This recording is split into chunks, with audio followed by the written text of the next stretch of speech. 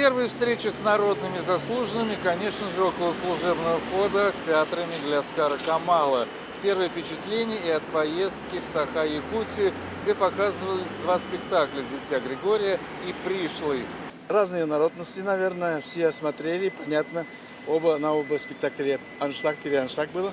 И когда Григорий играем, Григорий Кевляра, я и чувствую, что так пушок татарок смеются.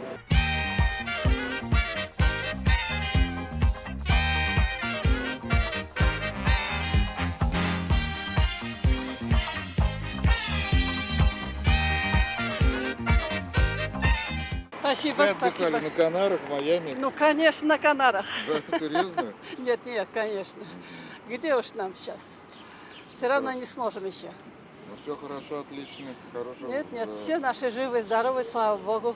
Никаких происшествий в театре. Работа кончится? Ну да, конечно. Да? Да, завтра спектакль Алла-Верса. Какой? «Молодые сердца». Все. Для гостей города играем до начала сезона. Ужасно надоел отпуск. Вообще это безобразие, когда так много дней отдыхать. Вполне достаточно дней 10 на отдых и работать, Алла-Верса. В этом сезоне бенефициантом режиссура станет Ильгиз Зайниев. Он поставит по собственной пьесе «Джин танца» новый спектакль и вернется к текстам Чингиза Айтматова в год юбилея писателя. На сцене оживет и дольше века длится день.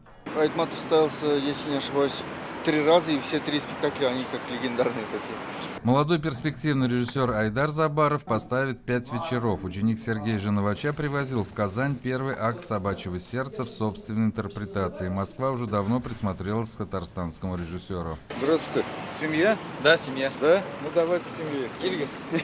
Раиль Шамсуаров пришел на встречу с дочкой. Она вот в конце сезона выступала, она на голубой шале вышла на массовую сцену.